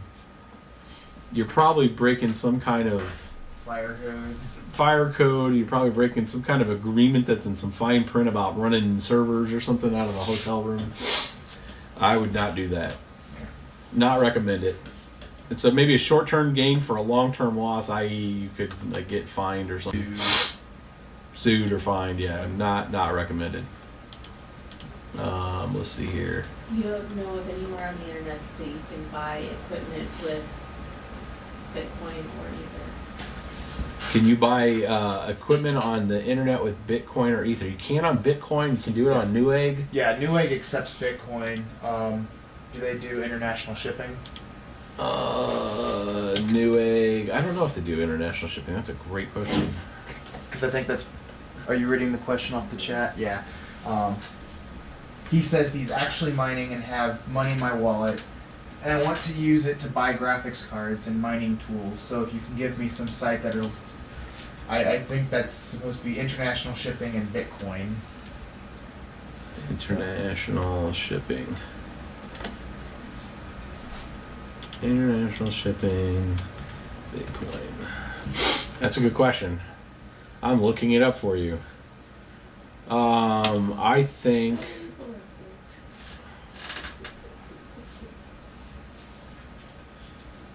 I want to say that this was only for U.S. only. I think somebody else asked that.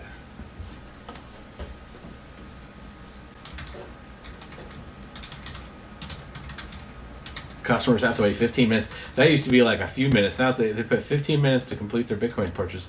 I wonder if they're pushing through now. I haven't looked at the BitPace thing to see what they're charging now per transaction to make the retail side go through. What you could do, what I would ask on that Bitcoin question. So they have a hashtag here, Newegg Bitcoin. Newegg has a limited list of countries that they do ship to outside the U.S. Oh, there you go. Where did you get that at? I just Google searched Newegg international shipping. That's what I just did. And I clicked on. Oh, I did Bitcoin on the end of it. International shipping. Yeah. Damn it. Because we know they accept Bitcoin. The third one, yeah. So they have United Kingdom, Australia, India, Ireland, Netherlands, New Zealand, Poland, and Singapore listed. I don't know if they can see that on here. Can you see that on the stream?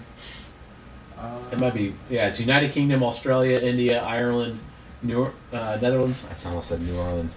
Netherlands, New Zealand, Poland, and Singapore.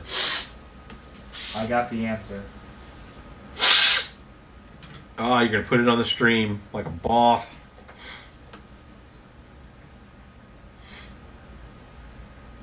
International shipping.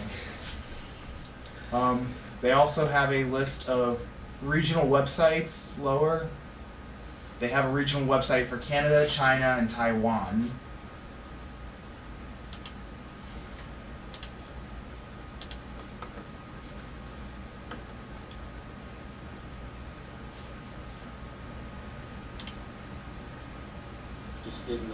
So what we're going to do here, I'm going to bring out this. So more questions here. So AT Maverick, he posted like on every video. Like he posted so many of the same question on every video that the actual spam filter in. And I would just, guys, if you're asking questions, just do it on one video. I see them all. So if you go and you spread it on all the videos, you're probably going to get your whole question thrown into the spam filter. Like I had to go in there and automatically check a box to approve this to hit the thing. So if you have questions, just put it on one of the videos. We'll see them all.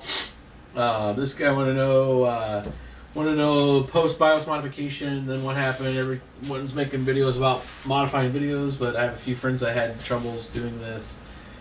It happened after they updated some drivers. So this really didn't have anything to do with the BIOS mod. I think their friends probably did the BIOS mod fine, and then they updated their drivers. So if you're running AMD, like, what was it, 16.10.3 drivers, and you do a BIOS mod and you're good, if you update to 17.4.3 and 17.4.4, it's going to ball up your graphics, like if you're using Windows. So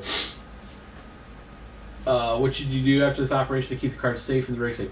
Your rig's safe. Your rig's fine. It's just the driver mixed with Windows isn't driving anymore after the newer driver. So key point to that, if you do the BIOS upgrade, you copy the timings, and you run the right drivers, you're good. So that's the answer to his question there. What about the Gigabyte R&D RX 480? Gigabyte's fine. I don't think we have any Gigabyte rigs. No WindForce RX. I don't know. I have the WindForce 390s over there, but I don't remember seeing any Gigabyte. good question. Maybe we can find some. I would like to build one. So great videos, really helped. I got an Asus 4 Strix the triple fans, all cards have the same BIOS, but one card for. This happens. So this is a good question. Somebody's asking, like, they've done the BIOS upgrade, but one of the cards are acting finicky. Refuses to go over 26. All the rest of them are 27.6. That could be, what I would add is check the memory. If he has a Samsung, and then that one's Hynix or something like that, that's probably what it is. The memory's different. I would check the version on the card. This was a big thing, especially with this is an Asus card, but especially with the Gigabyte ones I used to find. Gigabytes had revision numbers. You could have a couple cards that all say WindForce, and one's revision 1, one's revision 2. And usually what the difference on those was is the memory. So check the memory on the cards. You can find that in GPU-Z. Find out what type of memory it is. Make sure every card, I know you can get into a rhythm. You have 6 cards, and you set the timings on one BIOS, and then you do the card, and then you go in and you just go through them really quick, and you try to do all 6. Make sure you're running that same operation. You put the card in, you check the memory. Make sure it's the same, the BIOS that you're putting on there. Just because the card's the same brand and all that doesn't mean that they still have the same internals. That's why you need to open up that GPU-Z and validate that. That's probably what he's having there. He's probably got different memory. That's why the BIOS timings are acting a little wonky on him. And he's only getting 26 on that. He did try both drivers, 16.9.2 and 16.10.3. Same problem. It's probably the memory on those cards. Oops. Simple. Got to use drivers to fix. And I like how the rest of the community is trying to answer these questions. It's great. We have a lot of questions on the thread. A lot more questions on the Yeah. stream. Let's answer the stream ones. Okay, so here's one. Grant Andres. Is there any reason to get the RX 580 8GB instead of the cheaper RX 580 4GB? No, So- get the 4 GB. From what we've seen so far, the 4s are kicking butt. Okay. The 27.5 hash after the BIOS mods, they're cheaper. The 4s are looking great, and the DAG's considering nowhere that near it. I mean, ETH is a memory intensive. it's memory intensive. I mean, personally, I've always went the 8 gigs just because of all kinds of we flip the rigs a lot. I'll run them good for 6 months, sometimes less than that. I mean, I've moved a couple this week. I like buying the higher end, the 8 gig, just because they seem to hold their value a little more than the 4 gig cards. But if you're just purely buying the card, you're going to let that thing run for 2 years. Buy the 4 gig. It should be fine, and save yourself some money. Okay. Here's one. I think you've answered this before. What's the best GPU to mine Ether? I think the RX 480, 4 gig or 8 gig. Yeah. The 580 may take its place at some point, but right now with the power, what gives it the distinct advantage is the power usage, because you can build right now with BIOS timings, and we showed in one of our last live streams with those Asus Strix, 6 cards running at 28 mega hash each, or 27.5 each, without touching the memory settings, and we were at 940 watts. 6 cards running almost 170 mega hash for 940 watts that's like the gold standard right now. And 580s you're at 1100 watts, so you're using 200 more watts worth of power for the same thing. Okay, so here's one. Using hardware info 64 to look at my GPU memory, it shows an error rate on some of my cards. What does that mean? It means you're probably running your timings too high, or your memory settings too high, and it's airing out. So it's running error correction on there. So you're just not getting credit for, even though it gives you a rate and it says that you're running at 28 mega hash. It's dumping out some of that effort because it's actually not working. It's having issues. There's errors. You'd see this as you saw this with script back in the day. It would show you hardware errors. If you were exceeding the capacity or the speed of the card, it would give you kind of what I'd call a false positive. I don't show that enough, and I need to. We go straight for the speed and just show, hey, we're getting this, we're getting this. And that really doesn't matter, honestly, if there's hardware going, if the hardware is just airing out in the end. Hold on real quick, I'm gonna grab something here.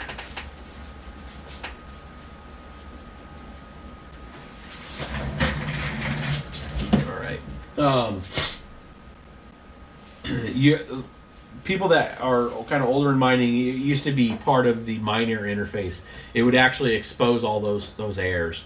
Why Claymore and that doesn't? I mean, that's a good question. I don't know why they got rid of that. Because like the older script miners would actually show, they had a column in there and it would show if you were actually throwing errors on your card. And the target is to find a good hash rate at a good megahertz at low power with no hardware errors. So the best representation that you see that if you're not looking is if you look at your relative hash rate. If you see that you're at 190, like our 7 card rig was a perfect example. We juiced her up, tried to get her over 200 megahertz or 200 mega hash, and the effective rate, the actual looking on the pool, we were at like 180, 170. And what was happening was even though we were reporting 205 mega hash, it was just airing. And it wasn't committing all those shares because it was just dumping that effort. So we scaled it back, got it down to 192 mega hash because we found the one card that was having the issue and backed it down. And then you started seeing a relative hash rate that made more sense. Like it said 192, what was on the pool, and the pool varies a little bit. It'll give you got to look at your 24-hour, but it all the shares that we were cooking on that was really close. I mean, we were about 5 mega hash difference from what the pool was saying, and taking a look at the hardwares, we got rid of all the hardware. So it is good to look at that. We should probably highlight that in one of our videos. I'm gonna make a note for that. Okay. Can I BIOS mod a XFX RX 480 4 gig? I am only getting 22 mega hash. Yes, you can. You can always BIOS mod it. Yeah. I would say look at like CryptoMine. I'm going to give him another shout out because he has a pretty good video. We did it in a live stream, but watch. There's a few people out there now. CryptoMine's one of them on YouTube that does a very concise how-to on the BIOS mod. Just follow kind of that guide. It works with any card. I mean, he shows it on I think the MSI cards, but just follow the same software, same tools. Follow that step. Change your timings. Save your BIOS. Post your BIOS as program into the thing, and then see what your results are. And you should bump up to more around that 27. We have any more on there?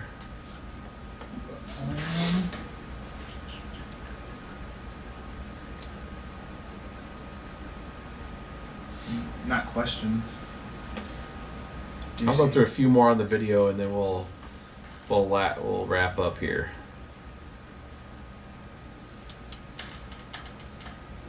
Let's see here. Can I do the same? So, and this one was during our live stream, the 580. Can you do the same with the RX 588 4 gigabyte? Yes, but do your own BIOS. Don't put the 8 gig one on there. What's your daily average rate? Not debating on AMD or NVIDIA. Go AMD if you're doing ETH. It's cheaper. I mean, if NVIDIA's prices were a lot lower on like the 1080s, I mean, they were competitive with the 480s, which they would never be, then it would be it'd be on Ethereum mining, the 1080s just can't beat the 480s. We never did that. We never did Ethereum on this. Nobody asked about it, but I never did fire up Ethereum on They this. probably could beat the 480s, just not in value. Yeah. You'd spend all of your time trying to make up your initial investment in the rig. The MSI Net Gaming's. Here's a question from the feed. Is there a fix yet for putting 6 RX 580s on a Windows machine given the AMD driver issues?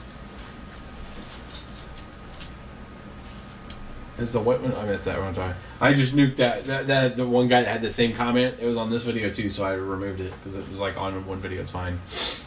Is there a fix yet for putting 6 RX 580s on a Windows machine given the AMD driver issues? We never tried 6 580s. 580s in Windows. I don't think, did we? On that 580 build, we did everything in ETHOS or. I don't know if there's any issues with. I don't think there's 6. Those are 480s, right? Yeah, I don't think there's 6 issues with 6 580s. Yeah, I don't know. I haven't seen it, but we haven't tried it with the 580s. So we'll try the 580 rig. I'm looking. We'll try the 580s with Windows. I don't think there's an issue with the 6 cards though. Okay. Cooper the Geekery says or asks, what would you consider to be a max cost per kilowatt? Max cost per kilowatt. Okay, I think I understand the question. Like if you're paying a lot for a kilowatt per kilowatt, what's effective? I would say no more than like 20. Because then you're 20 cents per kilowatt. Because you really start. I mean, we can do a calculator real quick. Let's see here. ETH. I keep using this. ETH calculator. Profitability calculator. And what we'll do is we'll take a typical ETH miner, let's say 170 mega hash at 1,000 watts. Or it's like 164, actually. And at 8 cents right now, so this is like a snapshot. It's roughly $16 a day, 117 per week, 500 a month, 6,100 a year. Don't ignore that year figure because all kinds of things change within that much time. But at 8 cents per kilowatt, you're paying $2. You're paying 13 a week. You're paying 57 a month on that one rig. If you bump this up to 20 cents,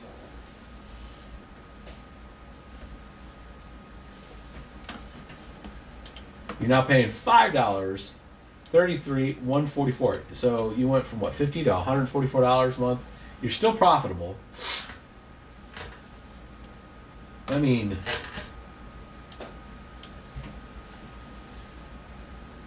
$0.40. I don't even know. I don't even know if that's a thing. 40 cents. Even at 40 cents, you're still profitable. You're not making a lot because you're paying $288 a month in power. I mean, I'd honestly keep it at no more than, if you're paying more than 20 cents, don't do it. Just because so much can change in crypto so quick that it's just, like if the profit swings, what I mean by that is like if ETH for some reason it's sitting at 90 right now and that's what's making it super profitable. If for whatever reason it does a correction and now it's at like 60, different story. That's like a lot less. That's effectively like going to 40 cents per kilowatt. So, and losing in your margin side on the ETH value. So, 20 is where it would be at. The 08, I don't know if that's the average around here, but you know, you can see that it's a system of scale that if you had, 10 of those machines, you can see why a lot of people are getting into this.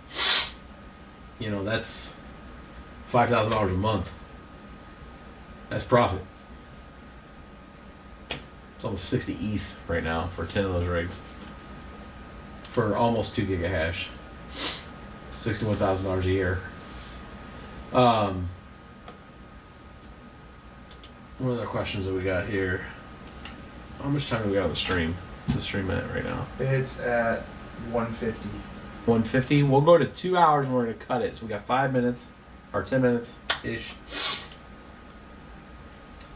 I will say this for David, the guy who asked about the driver issues with the 586 cards on Windows. Apparently, it does seem like there might be problems, but we might have to look into that. Is more and more people or no? I found a forum posting, and CryptoMind was saying, yeah, there's problems With the 580s? with the 500 series on Windows, with the more recent drivers and whatnot. Yeah, there might be. I mean, we can try that. We won't do it on this stream, It's but the we'll try it on the 580s. I mean, we'll use the server rig ones. We'll just have to slip an SSD in there instead of doing simple mining on them. But we'll try it with Windows. We were using simple mining on it. It works like a champ. It works fine with ETHOS. So Windows, it might. Let's see here. How is the MSI Z270A Pro? Z270. MSI. 270? It's a motherboard, I guess. Yeah, if it's a Z, it's got to be a motherboard. Yeah. I haven't tried it.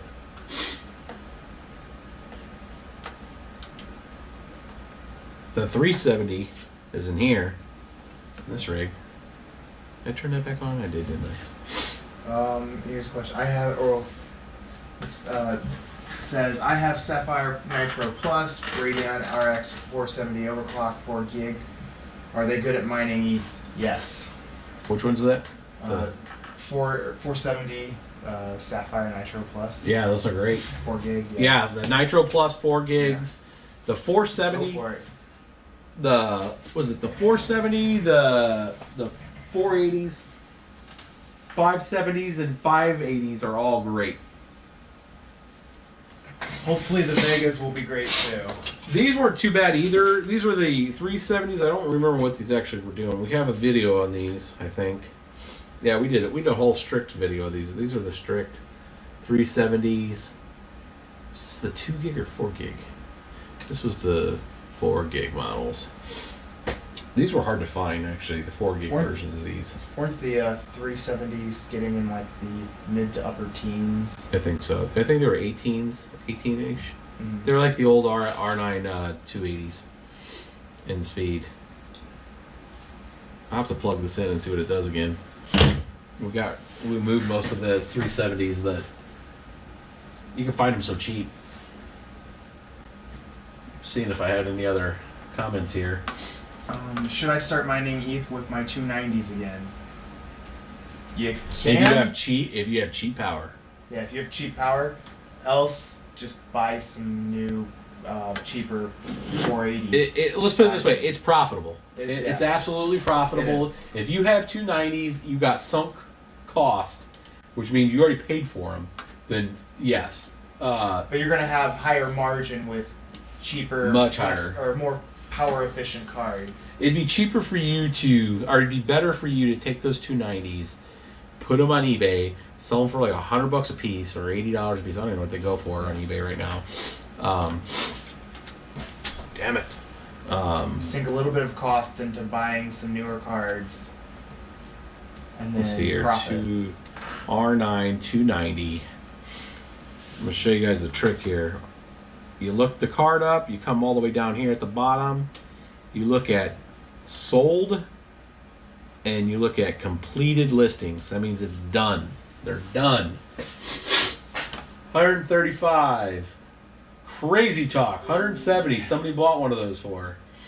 156. This one's is faulty. It does not work, and he still sold it for $50. This one's faulty, and he still sold it for $34. These are closed auctions, guys. May 6th. Those were ads, so don't get thinking that actually happened. It didn't. 190. 55 bids for 123 for the Windforce.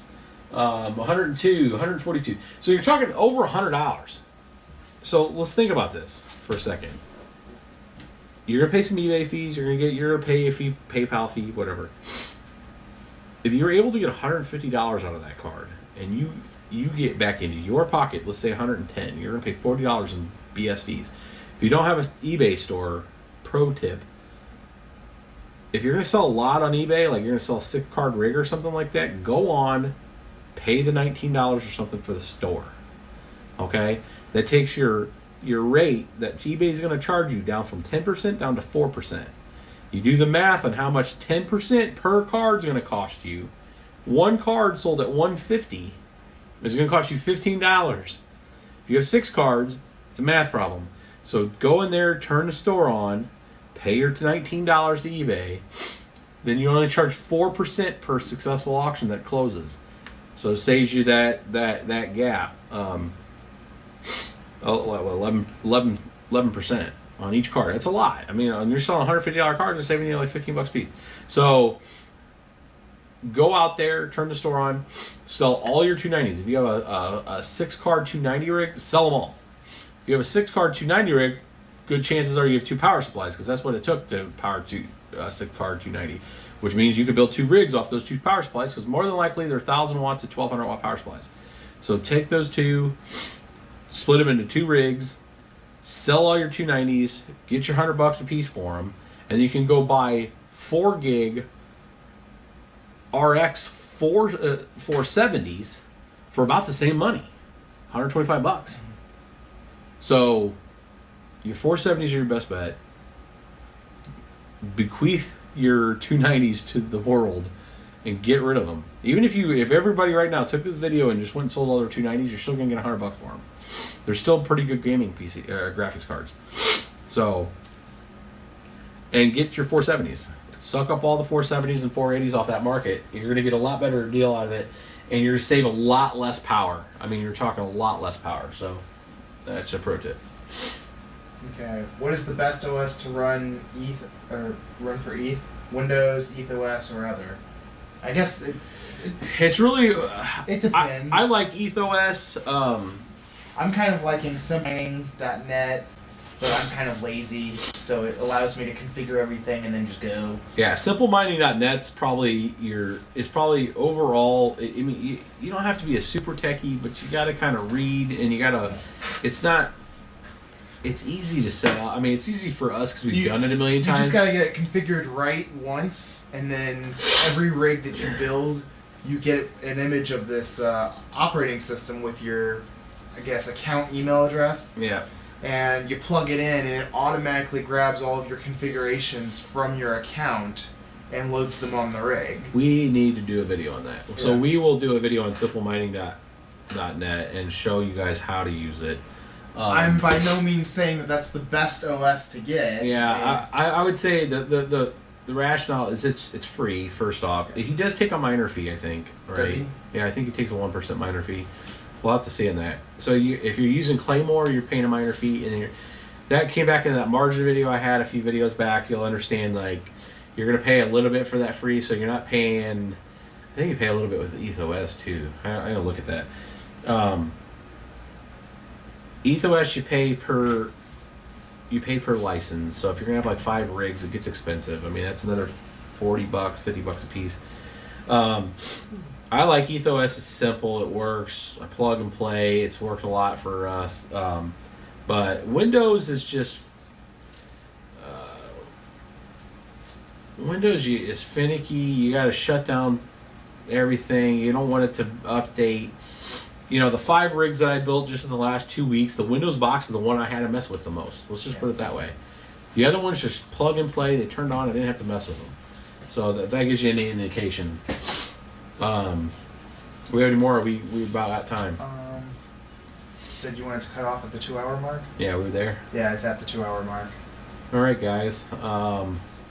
Well, if you have any further questions, go ahead and put them in the comments. Yeah, if you guys have more questions, I'm posting this video right after this. Post them on this video if you're watching it. And on the next live stream, which will probably be in a week, I'm going back out of town. I'm going to do some more recording. I'll try to keep the vlog going. I'm going to do some editing on the site to kind of make sure the vlog episodes, the actual produced episodes, and then the live streams are kind of separated to kind of start to separate the kind of different formats that we're doing on this. We'll keep the live streams coming. Again, I won't be back next Friday, so we'll have another live stream hopefully that weekend with some new hardware. There should be some stuff here by that time, and we'll build maybe a 570. I think the 570s will be here by then, and we'll show you guys how to do that. And then maybe we'll do that the simplemining.net. Yeah. We can walk people through that. So keep your comments coming. Do we have any last closing? People freaking. What do we hit? What are we up to? How many? I didn't even see what our streams up to. Like 25 people. 25. Cool. Yeah, it's kind of late. It's almost midnight here in the U.S. Central Time. So most of this stuff should be across the thing. So, all right, guys. Thanks for tuning in. We'll catch up with you. Hopefully you like this box. We'll post some stats. Follow us on Twitter. I post a lot of videos and stuff on Twitter and little kind of excerpts and stuff. Where bitch be tripping on Twitter. Even if you don't have Twitter, just download it. Follow just us. It's all good. You'll see stuff as I build it. I post pictures on there. I mean, I have an Instagram. We haven't hooked up a lot of stuff with that, but we're not doing like Snapchat or anything like that yet. But I do post a lot of the pictures and builds and stuff on Twitter. If you follow us there, you'll get the little notice. You'll see the picture and stuff. You can kind of see what's coming up. So thanks for tuning in, and we'll catch you guys later.